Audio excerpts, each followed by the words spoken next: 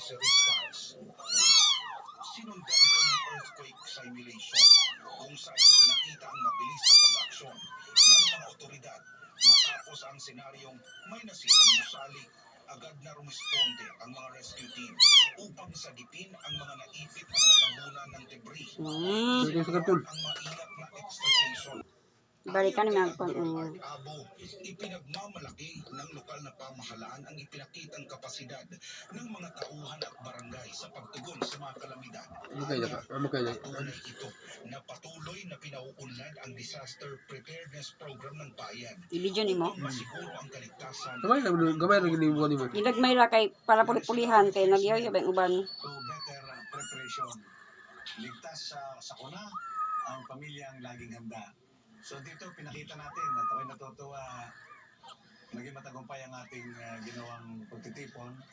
Simulation exercises, showcase of our capability. More pa, more. Sabi ko sa mga barangay captain, nandiyan silang lahat, kompleto. More pa daw. More. Yung readiness ng kanilang resources.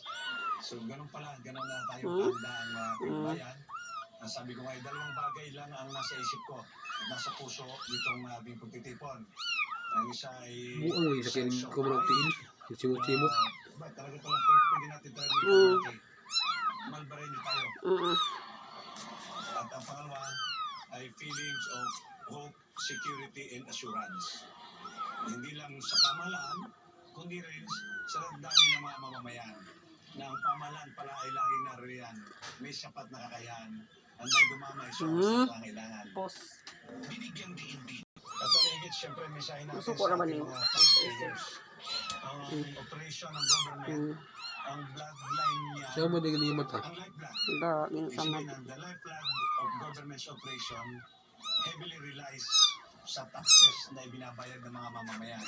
So, mensahe natin sa kanila, narito po ang inyong pamahalang bayan.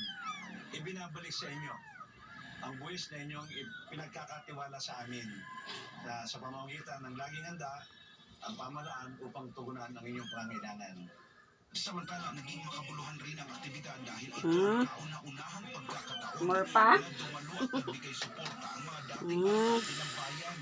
Ayon kay Abo, Ipos ni mo. walang bahid ng politika ay Gingon ako. handa kami ay sumusulat ng kasaysayan sa bayan ng Malba. Dugay ba mo mga tubig dyan, Ming? Di pala naganay maluoy sa ayun yung Ming. Fundraising Anong ceremony. gatas. Abay, 4 na mayor ang dumating. 2 dating mayor sa Pato bayan ng budget Malba. tani. Kaluyan mo Ming mo. City, Very good, uy. chairman ng Red Cross dito sa aming lugar. At siyempre ang kasalukuyan ng bayan sa ating katauhan. Ang mayor ang dumating. So, minsan, sana po ganito tayo palagi. Pagkaisa natin, magtulungan tayo para sa kinabukasan ng mga mamamayang Malbareño. Dos karton. Isang tabi natin ang Ang politiko. diskarton. Na. Manaman mo. O, kanang isa. Ipos na makain mo. Kung kailangan dagdagan, ay ating ginagawa sa pamamagitan ng ating pag-ugnayan sa kanila at sa mga nagkapwa ko naglilingkod sa bayan at sa mamamayan. walang buwan pa lamang sa panunungkulan ang administrasyong Abo. Ngunit marami na umano ang nakikitang pagbabago sa sistema ng pamamahala. Unti-unti ring hinahangaan ang mga inisyatibo ng bayan at nagiging huwaran sa iba pang komunidad pagdating sa disaster preparedness at good governance. Sa huli, More pa, more. binabahagi More ng pa daw. alkalde ang hangaring maging lungsod ang Malba. More pa gani. Lagi more. Nga pa lagi. Ay sa suporta ng taong bayan, pagkakaisa at pagtutulungan sa ilalim ng 10-point agenda ng kasalukuyang administrasyon. Sa pamamagitan ng ganitong mga hakbang, pinatitibay ng Malba Yo, basta undangan. ang kahandaan sa sakuna ay hindi lamang responsibilidad ng pamahalaan. Paidan na to, paidan. Bayan ng Malbareño, Nasog na. syudad. Post.